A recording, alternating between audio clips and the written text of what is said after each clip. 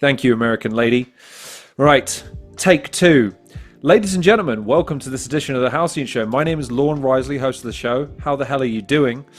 Today, we welcome a battler hoping to make a name for himself on the upcoming Premier Battles Undisclosed 13 event. A man who isn't afraid to take and make the most of any opportunity presented to him. A man with a levitous delivery and a levitous outlook to boot. But let's see if he can maintain that outlook when presented with the bad guy and apparently waiter of battle rap. Ladies and gentlemen, please welcome Preston's own Mr. NineTwo is in the building. He cheated because he's heard that intro before. Because we struggled with the first recording, but we are here now. But the first question remains the same as yesterday, which is Undisclosed 13. You're on the card. You're facing a Mr. Rick Charles. How are you feeling about that battle, and how are you feeling going into it? I'm glad that we asked that again today, because I told you yesterday it was my first day of rehearsal. Today was my second day of rehearsal. The first day I'm always anxious, so you caught me yesterday in a very anxious moment. Now I've had time to sleep and rehearse again. I'm very, very confident. Confident in your abilities, or confident in the result? Or when you say confident, what are you feeling today going into this in terms of, right, here's what I'm coming to do? The pressure's removed now, because how I see like the process of writing, you can write for a month or 2 months, but until you said it out loud in a space to where you can be as loud as you like, you don't know how it's going to be. It can sound excellent on a page, but if it doesn't sound like it should in your head, out of your mouth, it's just words. So today I really got into the flow of the work, and I started to adjust, and things are coming together now. I can see the cohesive round now being a thing. We talked yesterday, again, spoiler alert, people, we had a conversation yesterday, it just didn't go to plan, but we were talking yesterday about your ambitions for the battle, and you referenced something with regards to kind of going into it with a name, trying to maximize the opportunity, basically. I want to touch on that again, because I want to really unpack what you were talking about, because we were cut off.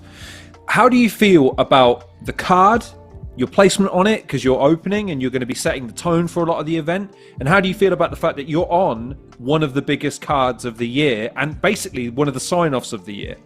Yeah, it's a great card. It's a fantastic card. Got Raptors return. You've got Bobby Rex versus Gaspuff, which is a match that I don't think anyone saw coming. That was like a real big shock.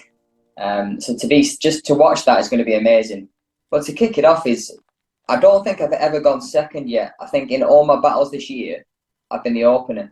So it's not foreign to me to open an event. And yeah, I'm ready for it. I'm ready for the event. I'm ready for the occasion. All I can do is what I prepared, and what will be will be. We asked this question again yesterday, and I'll ask it again today. Obviously, win before I ask this question. But what are you hoping to showcase? So I guess what I'm asking there is, most battlers have an idea in their mind about how they want the battle to go. They've got this round or this battle created in their mind.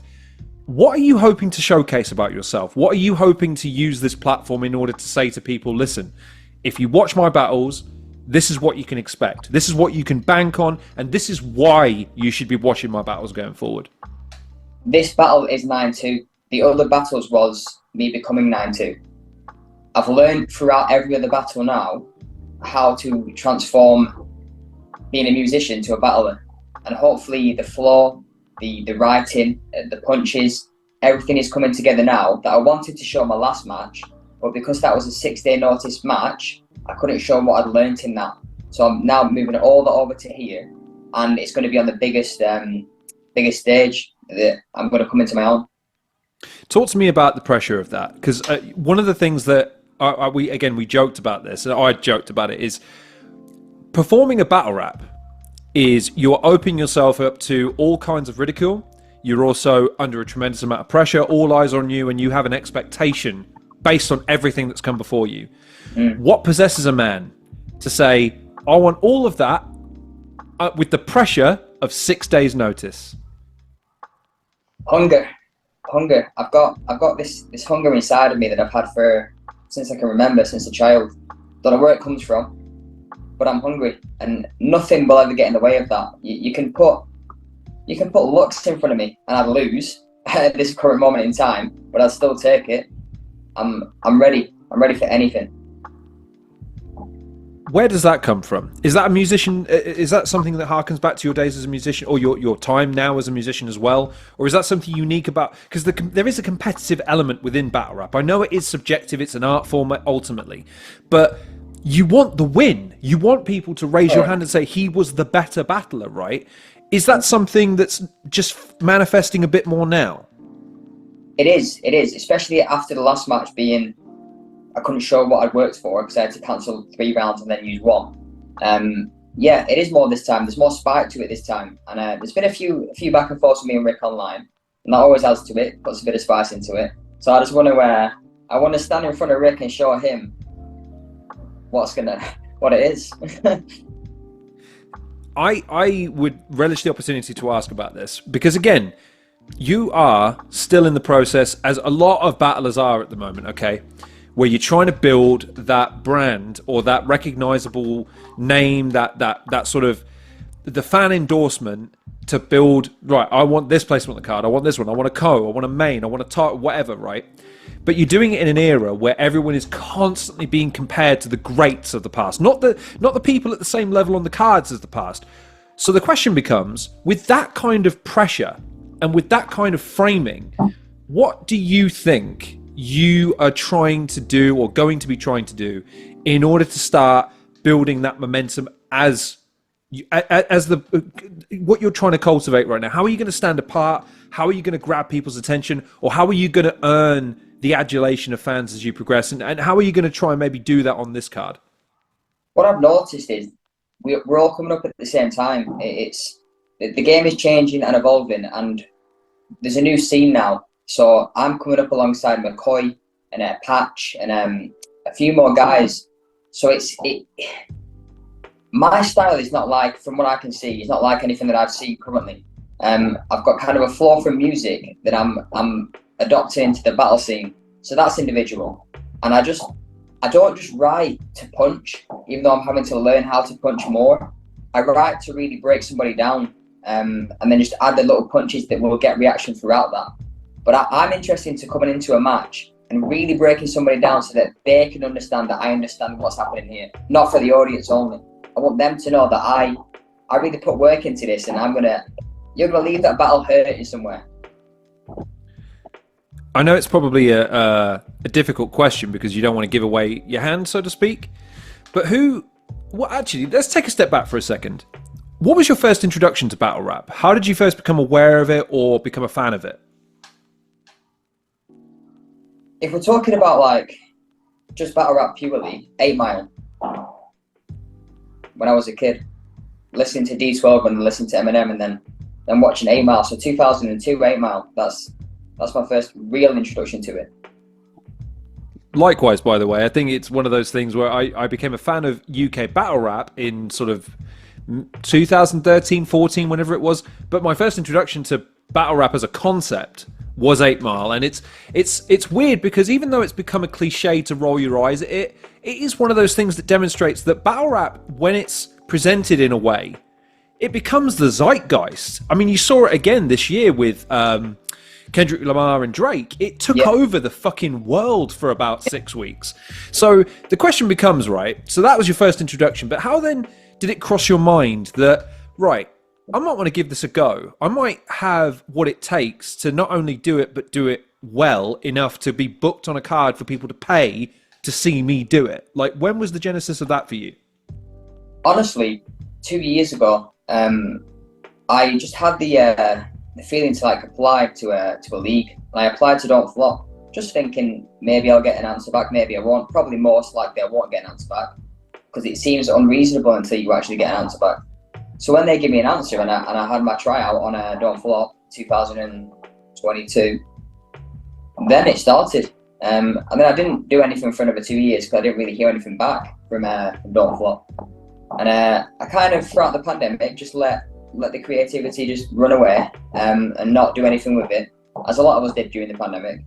But then in 2024, when everything started to quiet down, I just woke up one day and I said, right, this year, I'm going to grab it. I'm going to really, really go for it this year. And I've been doing that ever since, and I'm about seven to 8 battles deep this year.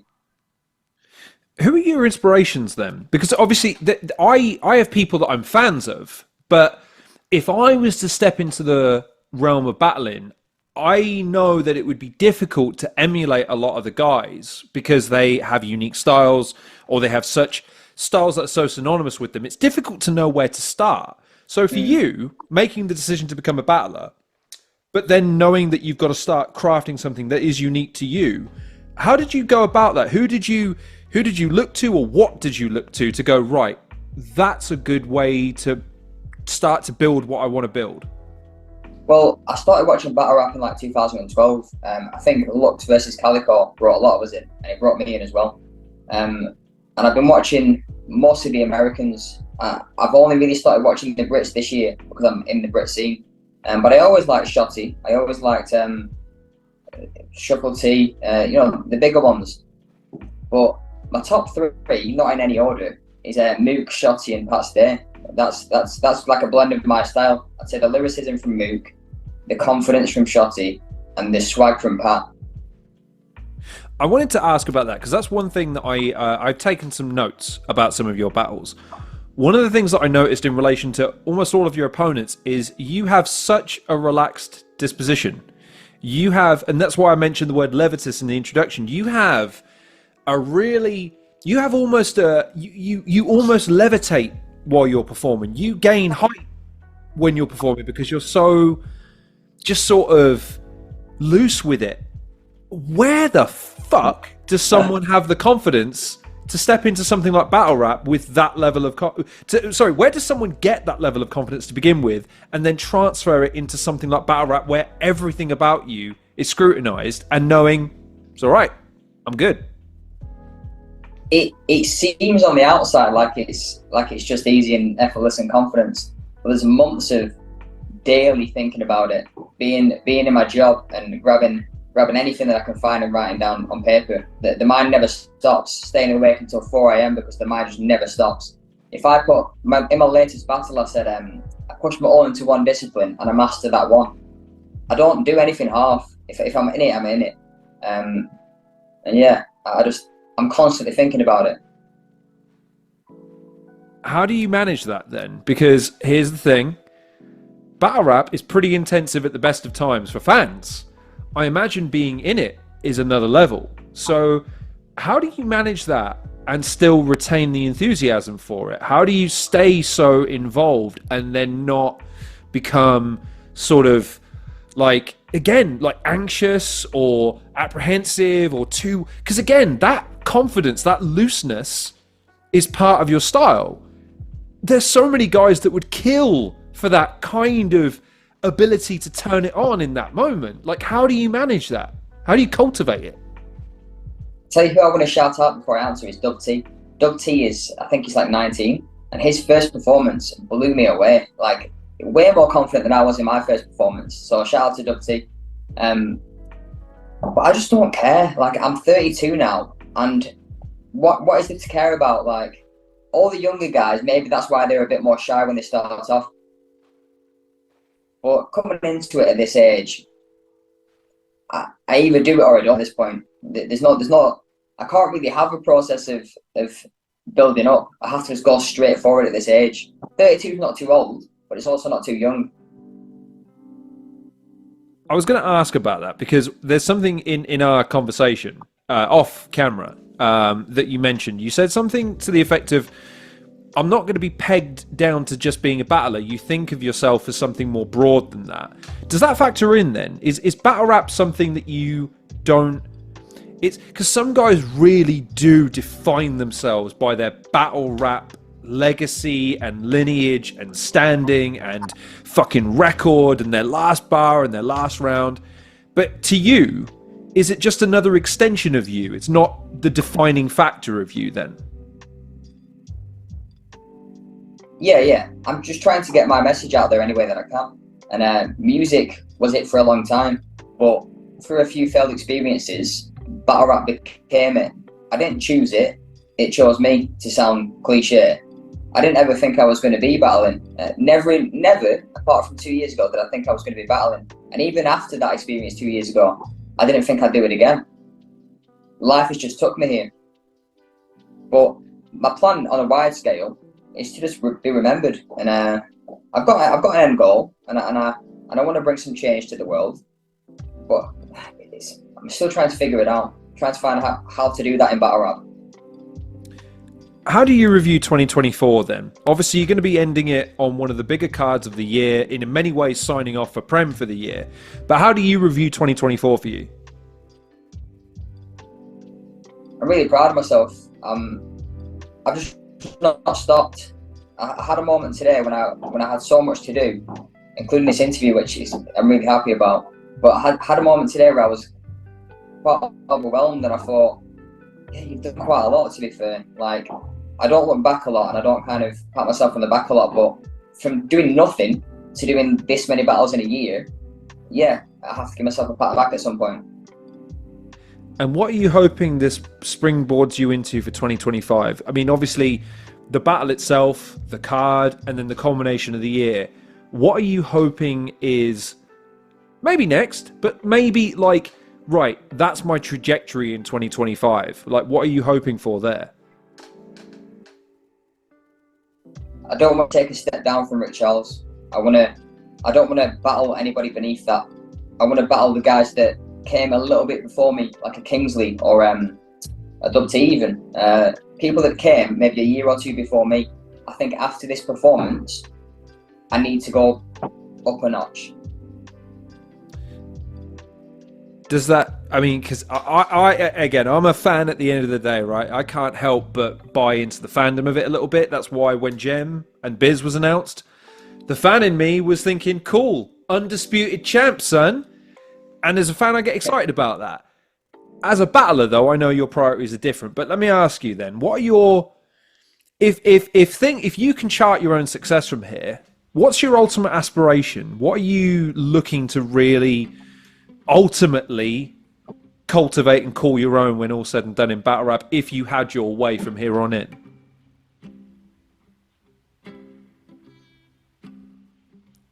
To stand opposite my battle rap goal, which I have to say is Mook. That's so unreasonable to say right now, but if you don't think it's possible, then it won't be possible. All right. We fired a lot of questions at you there, so I want to give you an opportunity to have a question to really chew the fat on, because how we started interacting was actually a discussion about battle rap generally. It was about the, I think it was the pay structure. It was the idea of the monetization of battle rap and paywalls and da-da-da-da-da. So I want to throw something out there more generally and let you just kind of throw it about, see what you make of it, because the discussion was the Prem tweet. The admission that they'd lost a pretty significant amount of money on an event having put it on. And then the discussion turned to then I think it was something to the effect of monetizing it based on views and then paying the battlers accordingly, right? And there was some pushback on that. There was some people giving alternates, right? As a battler, right? And as as someone that's aspiring to climb the card, right? But ultimately, again, you have to keep the lights on, right, in the interim period, right, between now and when the accolades match the sort of the effort, right? How would you deal with that? I mean, I presume part of it is you want to be able to make enough money from it to make it justifiable to focus on as a vocation. How would you want to see that addressed if it could be addressed?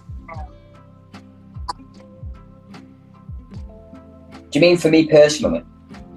So this is it. I understand, right? Speaking for the whole scene is not something you can do. I want people to be, and this is part of why I throw things out there. They're just my ideas. I'm not speaking for anybody. If you were able to suggest something based on what you think, then that's what I'm asking, because then it can just be your opinion. It doesn't have to be, you're an idiot if you don't agree with me for this reason. You can just go, listen, in my experience, this is how I would do it. Then you can't argue, can you? That's just your experience. All right. Yeah. So you're saying, how can we set up battle rap to bring it to the next level? Well, so basically, how can you make it so battlers can get into it and take it seriously? Like, at the moment, it feels like there's a really long path to progression for battlers to be able to make it something that they can focus on, because we've got to keep the lights on, fellas. Like, I can run this at cost. You know, I can run a YouTube channel at cost because it doesn't cost me anything. Battlers, you got to travel, you got to prep, you got to spend hundreds potentially of hours. Like, that's not nothing, and that's time that, you know, you're devoting to a craft that you ultimately do want to pay off in some way down the line. But it's a question of then, how do you manage that? How do you make that viable, I guess is the word. It depends what you're in it for. Are you in it to gain notoriety? Are you in it to gain money eventually? If you're in it for notoriety, and then it's on you to kind of promote yourself. The league promotes you, but if you want to go to a very high level, do a lot of work yourself as well. You can't depend on only the league, because that's laziness. You have to put some of your own work in. As far as the monetization, this year this will be my 4th battle on Prem, and I'm happy I'm closing it off with my biggest opponent. If I do what I know I'm going to do to results going into 2025, hopefully there's a discussion of monetization somewhere in 2025. That's my hope. I don't expect anything from anybody in life, but that's just a hope of mine. And if I can't reach to the point of monetization by, say, 2026, I'll be 34. I'll have to then see what else I can do to try and make money out of what I do to create my words. That's it. If you're not happy with it, then just choose another field and try another way. I can't do something for too long at this age without making money out of it personally, because I've not got time to anymore. I can understand the younger guys can, but I can't. Let me do something I rarely do on this show. Praise and positivity. Don't go looking for it too often, fuckers. You've spoken very highly of Prem in the past. Some of your tweets have actually been very glowing about them. You've said that you felt like you were home, as it were. What do you feel like Prem does that gives you that sensation? What do you think Prem does that really makes you feel that sense that you've really been embraced by the promotion? They're just so welcoming. And the fact that they're run by about 5 guys in different areas of the country, they're really on the ball. They spread themselves all the way across the field. They're very smart in that regard. And the way they promote themselves on X, they're just always promoting, always finding opportunities and ways to make the scene fresh.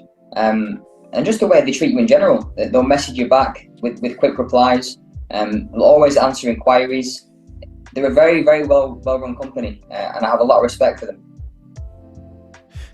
Is it a case then that, just coming back to the promotion element of things, I mean, do you have your own vision for how you want to promote yourself? Obviously, in my mind at least, the person that makes the most noise in the right way is Gas Buff. Gas Buff is a menace right now and is digging himself into a fucking grave, antagonizing Bobby Rex. And Gast, I want to beg you to stop, but please never. But he be really. Be careful. Let's both saying this now. Gas, we love you and we want to see you prosper. Stop poking the bear, but don't stop. But like, he really does embrace the promotion element of things. He makes it part of his identity almost, right? Whereas there's other battlers who prefer not to antagonize anybody, not to say anything. Where do you draw the line in your promotion? Like, where does your responsibility begin and end to motivate fans to buy a ticket? You have to. It's not an option. If you want a career, you can't depend on anybody. You have to promote. And then if you don't promote and you don't get to where you want to be, you can't cry about it. Premier does an excellent job promoting everybody and promoting their own brand. It depends. If you don't really care and you're just doing it for a hobby, that's absolutely fair. You don't need to promote that much. But if you want to get far in your own career, promote yourself and do what, for instance, Conor McGregor did. Just go fucking mental. Well, don't do that. Don't go fucking mental on anybody, please, because that's no, I'm joking. Because here's the thing, right? I God bless him, ladies and gentlemen. He was kind enough to appear on the show, but then he also said, "You called yourself the bad guy battle rap, and I don't really know why." Here's why. I'm very vocal, right? But I'm not always vocal in ways that are conducive to progressing conversations in good ways, right? I have a bad habit of blurting out stuff and just throwing stuff out there, right? The thing that I find at the moment with battle rap in general, and you are a participant, so you are uniquely placed to correct me on this if I'm wrong in this assessment, is fan engagement, in my mind, used to be very much about the anticipation of the battle itself and the content of the battle itself, right? Because of what they might say, like what is gonna happen, right? Not necessarily about quality, not like work rate or you know what I mean? It was the competition and the pride almost of the battlers that was at stake, right? Whereas we're in an era where there's a lot of you know, it's very, you know, it's you know, copacetic, you know what I mean? Do you like that? Do you like the fact that the battlers are generally all quite polite and levitous and supportive? Or would part of you like a bit more bite going into cards, a bit of promotion between the battlers, a little bit more spice, a sizzle on the steak for the fans to get excited about? Where do you sit on that scale? I think it's less about a back and forth and more about personalities in general. People buy into personalities, not, like you said, talent and skill. For example, Daylight made himself Daylight. He didn't do it by going at another opponent. He just did crazy stuff. I think it's more about yourself and your own personality. But having a back and forth, when it happens, it has to be natural. So, for instance, I've had a back and forth now with McCoy, who I then became friends with, and we're tight now after our battle. And now I'm having one with Rick Charles. I didn't have one with anybody else. So that's just two. And I think that's just a personality clash. I don't know when I turn up to this event how Rick Charles is going to be, just like I didn't know with McCoy. But I'm going to match the energy in any field. So yeah, it has to be natural. And I'm not about faking a promotion. If it doesn't come, it doesn't come. But just be yourself and watch Daylight. I guess the question becomes then, what are you... I don't know if you can answer this, because again, I understand that maybe it's not something that can just be said, but what are you trying to cultivate with the fans? Like, I mean, I'll put myself out there. I say this all the time. I try and have fairly even conversations. I like an exchange of ideas. I like it to be quite loose. I don't like it to be too, you know what I mean? Like promotional. I like it to be, I like it to be an intellectual pursuit. I like guys to be able to speak their minds, right? But that's just what I want to put out there. What people might be taking from that is a bit different. What are you trying to put out there as far as, right, 9-2, you can expect, or this is what you should be waiting for. When you see me perform, get ready for this. Like, what do you think you're trying to put out there to people? This is the very start of it. This is my first interview. So this is the first time they're going to see my personality outside of a battle. Nobody has ever heard me speak outside of a battle on camera. So this is going to be the very first one. And just getting myself out there more. I've definitely lacked on a promotion because I've been focusing very hard on this battle. So I'm grateful for this interview because this is going to be a great help for the promotion. But yeah, I want people to just see the real me. I have a lot of plans coming forward, and I need to release more. I need to promote more. I need to release more. I need to talk more. But yeah, all focus is on this battle. And if I don't win this, none of these words mean anything. Let me ask you then. By the way, he's too kind. I asked him, so it's that way around. Don't let his humility fool you. I chased him for the interview. He made time for me. There's a difference. You give me the shot. see again this, but off camera, I've still got to pay him his fee, and there's too many zeros on that number for me to justify it. But never mind. Anyways, don't listen to him. My point is, okay, right. So here's the thing, right? For fans then who don't know what to expect, or who are looking at who's this fella? What's he about? What, why should I pay a ticket to see him? Right? Instead of just looking at the top card, no, guys, you should get to this event the moment the fucking doors open, because I'm going to be performing, and the reason you cannot afford to miss it is this. What would you say to those fans? I spend days, I was going to say maybe hours, I spend days on writing a 4-bar.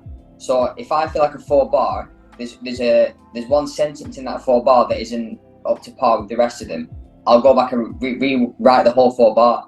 I put such intricate detail into every single part of my rounds. You're always going to get quality. You'll never come to a battle and watch me without quality, or else I just won't battle, or I just put quality. I can't not put my all into everything that I do. So you can always trust me when you're going to watch me that you're going to get quality.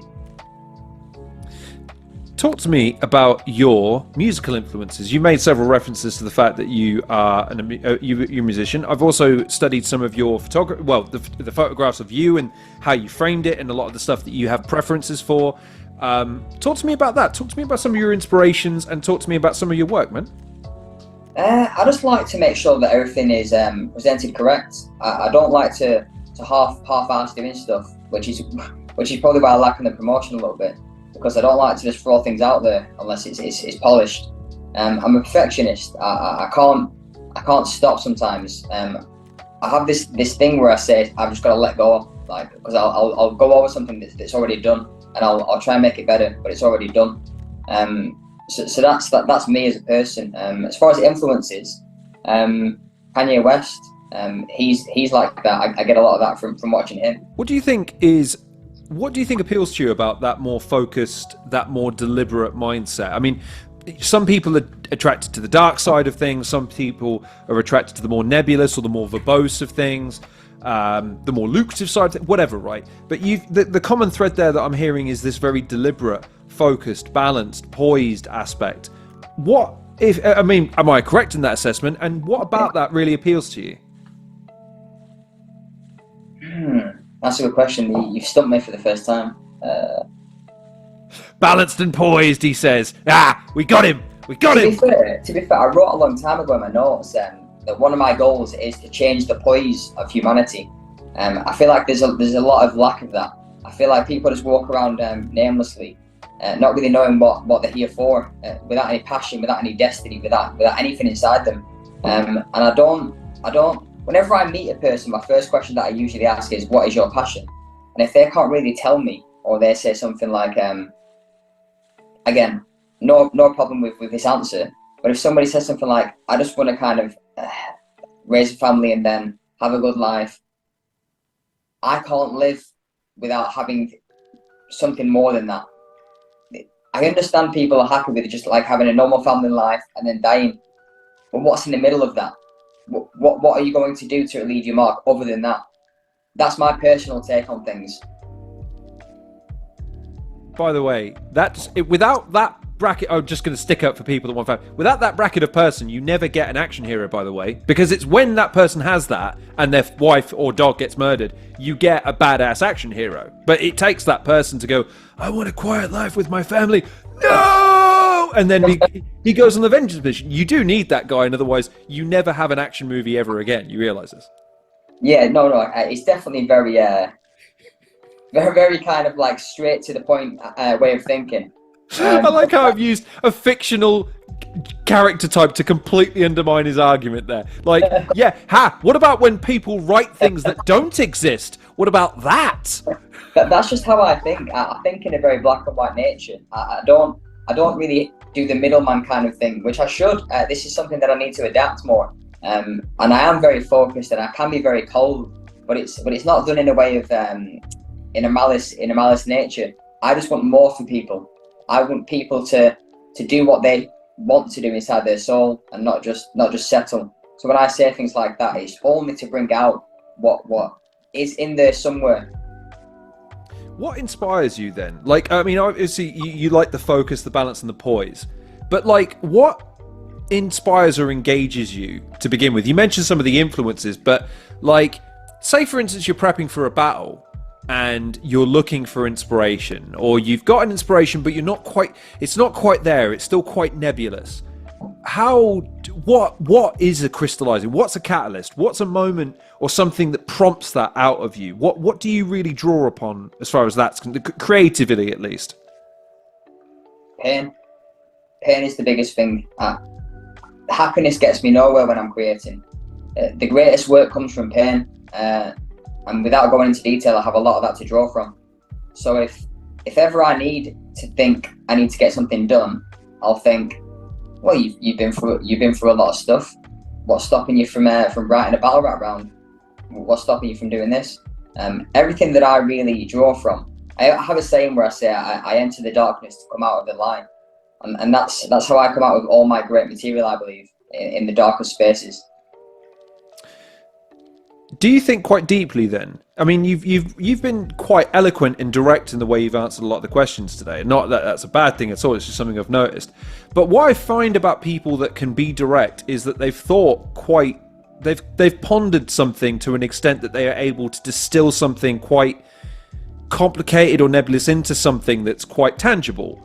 Would you consider yourself a deep thinker then? Yeah, I can't stop. I'll catch myself in deep thoughts and I'll try and get out of it, and I'll go into another deep thought.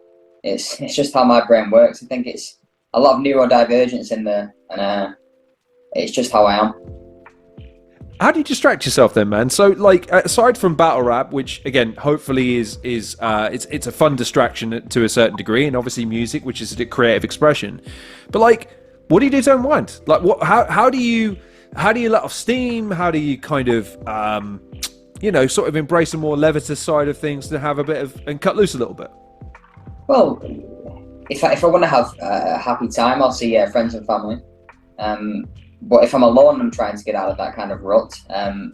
Even when I'm kind of trying to get out of it, I go back in it and I look at creative videos. Like there's a few YouTube channels, NineTwo, in praise of shadows. I like well-crafted videos and kind of documentaries. Even music, if I feel overwhelmed, I'll put some music on, like a Lupe Fiasco, or just anything that I can feel to. I don't like to listen to things that I can't feel to, and it is a pain. So I quite even relax listening to Happy by Pharrell, because it's to me it's pointless music. Oh God! If there's one thing I couldn't agree with you more, heart radio, stop it. Yes. It's been 10 years at this point. We get it. Pharrell is happy. You don't need to play it every single day. But sorry. I don't think he's happy. I think that's I don't think anyone who says they're happy is happy. I think Pharrell's probably happy's not the word, but it's the feeling one has when they are exorbitantly wealthy and have never have to worry about anything happening ever again that they don't get their PA to tell them about. See, this is the point that I want to get up to. That's contempt. I want to be content. You want to be... Okay. Elaborate. I'm not content because I've not done enough. The goals that I have in my mind are so large that we could do a whole nother interview about that. I don't know when I will be content. I don't know if I can reach it because I believe in myself. But if I hit a goal, I think I'll just look for another one. I have such a high want. It's like I say, it's overwhelming. To bring it back to battle rap then, as far as, so one of the things that I see some of the guys struggle with is sort of the opposite of inspiration. They sometimes are like, fuck, I've got too much. I've got to distill this down. How do you know when you're done? How, when you've kind of reviewed all your material and you're trying to cram it into your 3 rounds, right? How do you know when you're done? I'm never done. I hate answering questions like this because it's like it's never ending, but this is how the brain can't help it. I've got so much extra material for Rick Charles, and it's annoying because I know that I won't be able to use that for anybody else. And I've took things out, I've put it back in, I've put other things in place of that, I've took that out, I've put the original idea back in. And even now in rehearsal, I'm still doing that. Today, I had the opener, the last 4 bars of the opener, I changed it twice, and I'm still not sure if I'm going to change it again tomorrow in rehearsal. And it's annoying because that scares me, thinking, will I be ready? Will I be ready and will I choose what I want to choose by the time I'm at that battle? It's never ending. Let me ask you something about battle rap that's unique, and you again might be uniquely placed to put this, because as a musician and a perfectionist, and I know that because I do voiceover work, and one of the beautiful things about voiceover work is you do it, and then you listen to it and you go, nope, wrong. No, we've got to do that again. There's a pitch there. There's a wrong. I breathed wrong there. That word, it needs to be crisper, right? And you can just over and over until, right, it's not right, but it will have to do. There's a deadline. How does a perfectionist and a musician reconcile with a one take, no safety net situation like battle rap, where you will only ever get the opportunity to do this once, and that's the one that will stay for the rest of time? How do you wrestle with that? And more importantly, how do you thrive in that situation? See, that's why I do rehearse so much. Coming up to, I give myself a deadline of 2 weeks out. I want to make sure that everything's wrote and I'm just rehearsing over and over again. Now, there's always going to be adjustments in that, because the more I speak and the more I flows will change the words. So it's the pressure in the moment that makes me do it right, do it to how I want it to be done.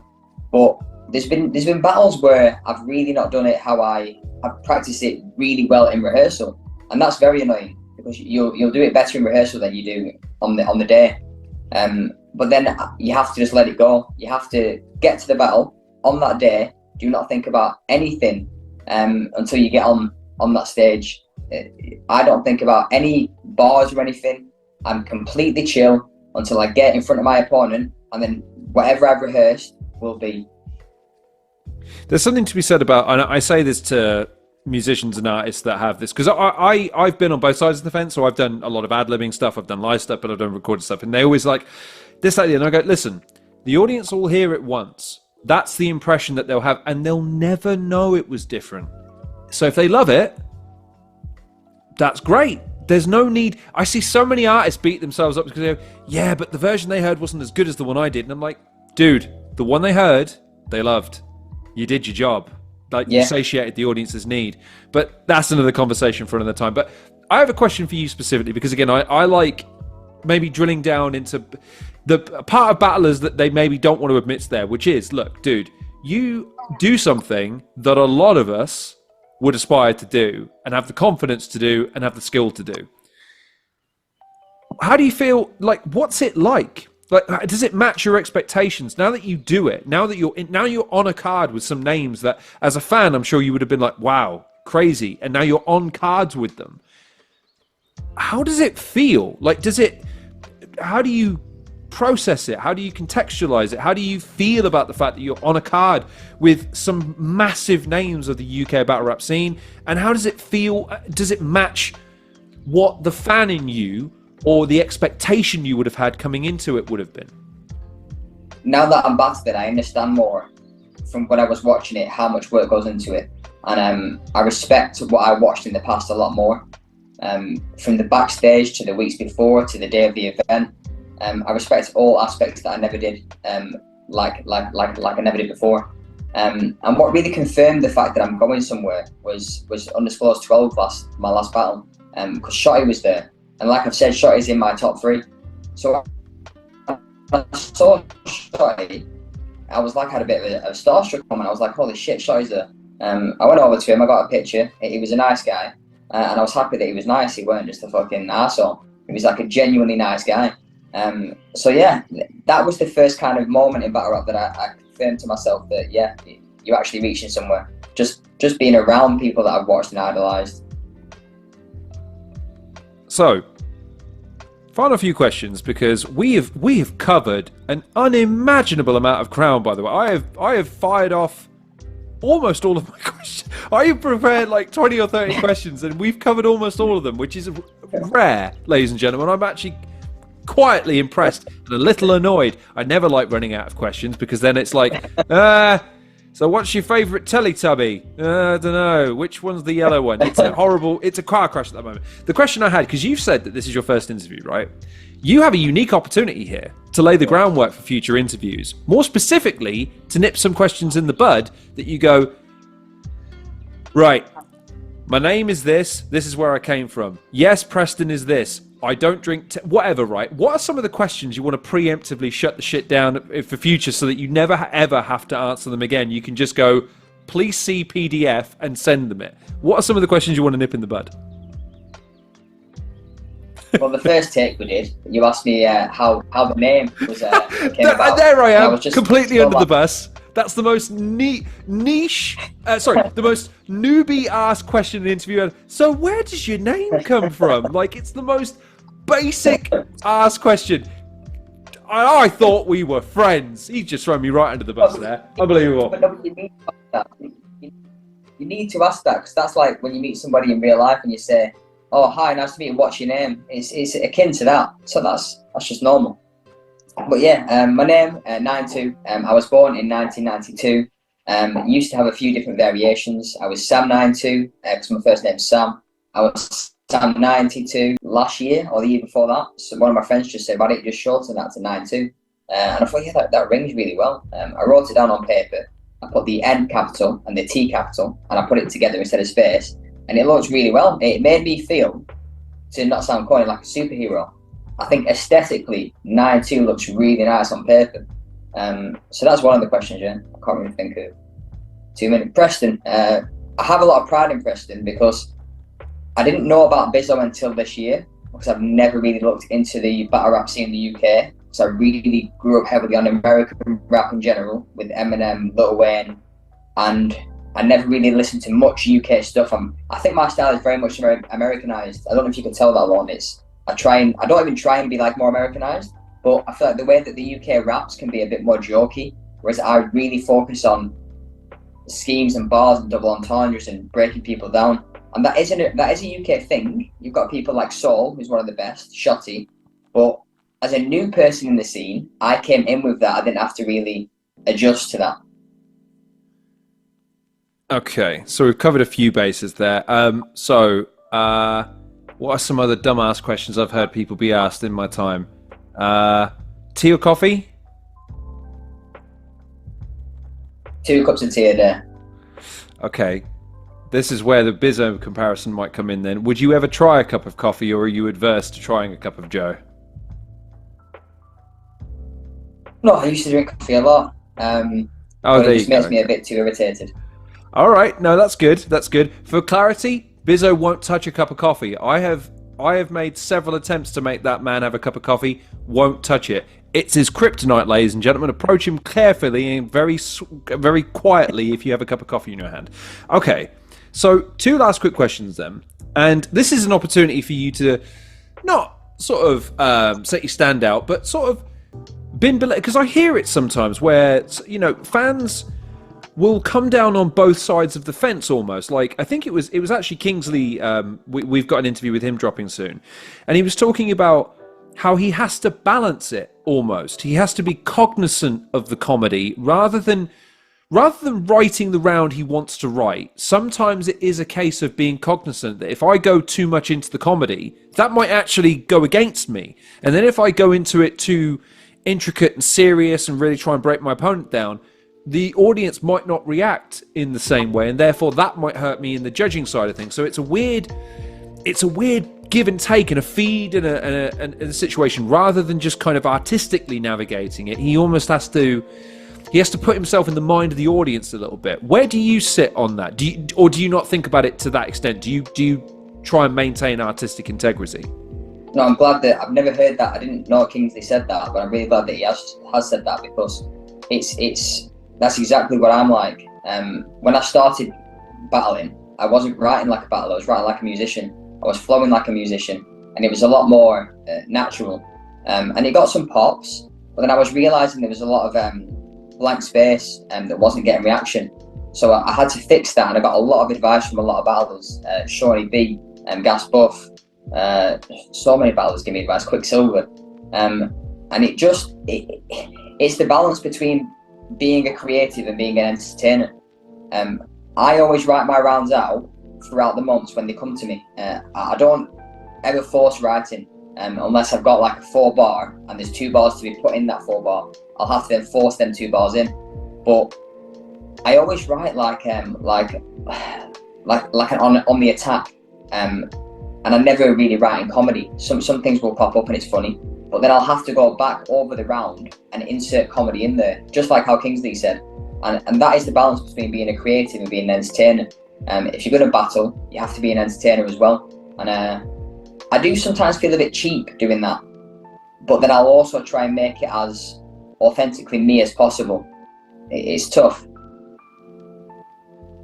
And I guess the final question, because I want to make sure we stay on brand here, because ladies and gentlemen, I don't know if you know, there's a card. It's called Undisclosed 13. It's happening on November the 23rd, and I'm going to be there for it. So I've got just as much vested interest, because I don't want to be stood there in an empty room with battlers, because I'm going to start chatting to everybody and annoying them. I need fans in the fucking venue so that there's a good vibe in there. So my question to you is, if this is your last word, right? You get the last... I know it's not. There's still weeks to go and plenty of other promos to cut. But let's say this is your opportunity right here and now. The fans of the UK Battle Rap world are watching you and they are looking for an excuse, nay, a reason, permission, whatever they want to buy a ticket to this event.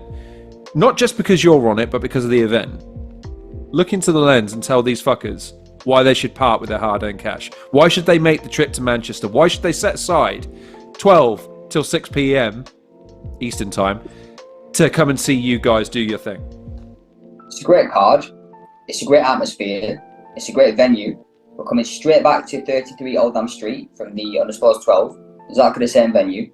Great vibe it was that day. Great vibe. A lot of people outside coming in because they see what's happening. Great. It's just a great card. Raptor's returning. Bobby Rex is now the Continental Champion, is he? So yeah, he's got that. Can Buff win that title in his battle? I don't think it's on the line. You might. I mean, you never know. He might make it a thing. But I think, considering how long that they promoted Viz with the title, and then Bobby now that he was channeling it, it's not listed as part of the proviso for it. So, but maybe you never know. Bobby might call an audible. It's like Abizo when he battles like Jazz and stuff like that. It's not for the title, but it's for the fans.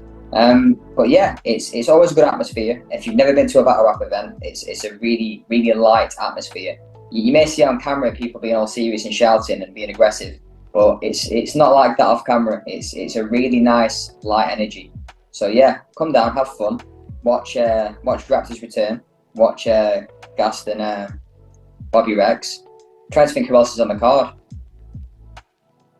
It's a great card. I can pull the card if you like. Bear with me one second, ladies and gentlemen, because I'm not I'm partial to the odd promo here and there. I like cutting the occasional promo. So you've got the return of Raptor Warhurst versus Sean Cray. You've got Bobby Rex versus Gas Buff. You've got Kingsley Thunder versus Carlton Shanks. You've got Danny Jack versus Grazza. You've got Sam Heights versus Dub T. Hamill versus Jim Bob Gnarly. And some guy called Rick Charles versus our guest today. And all of this can be yours for the low, low price of check premierbattles.club and buy tickets right now while they are available. There you go. That's your promo. I'll tell you what, shout out to Hamill. Because he had his debut on the last Undisclosed, and again, just like Dub T, I don't know where these young guys get all that fucking initial confidence from. Like how you said with me, these are young guys, and they're just coming out swinging. Respect to Dub T and respect to Hamill. You can't. Right, that's twice. Dub, when you watch this, okay, I'm going to DM you to take your confidence down a peg or two, because that's twice now you've been shouted at, and I know right now there's that going on. Because Dub T is an animal, absolute animal, I want to stand in front of Dub.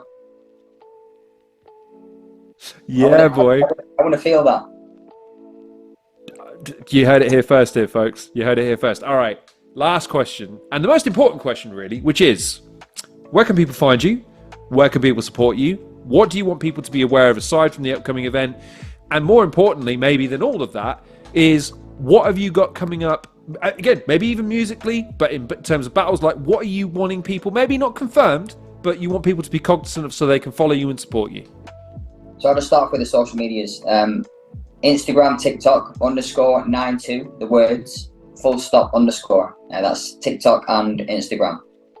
Twitter, X _NineTwo, the words 92 _ X. That's Twitter. So that's all the social medias there. And yeah, I've got really nothing coming up right now.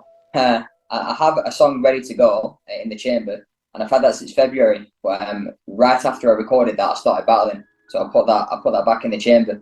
But I think this is my last battle of the year, so I think after this battle, I might release that.